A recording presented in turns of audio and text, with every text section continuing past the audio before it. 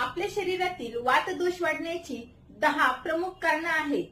तर पहिलं कारण म्हणजे अति प्रमाणामध्ये थंड पदार्थांचं सेवन करणं, आईस्क्रीम, फ्रीज मधील पदार्थ.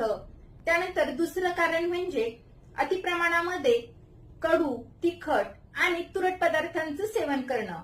तिसरं कारण म्हणजे अति प्रमाणामध्ये कोरडे पदार्थांचं सेवन करणं, जसं की कोरडी भेळ, चणे इत्यादी. चौथं कारण म्हणजे अति प्रमाणामध्ये व्यायाम करणं. पाचवं कारण म्हणजे रात्री जागरण करणं.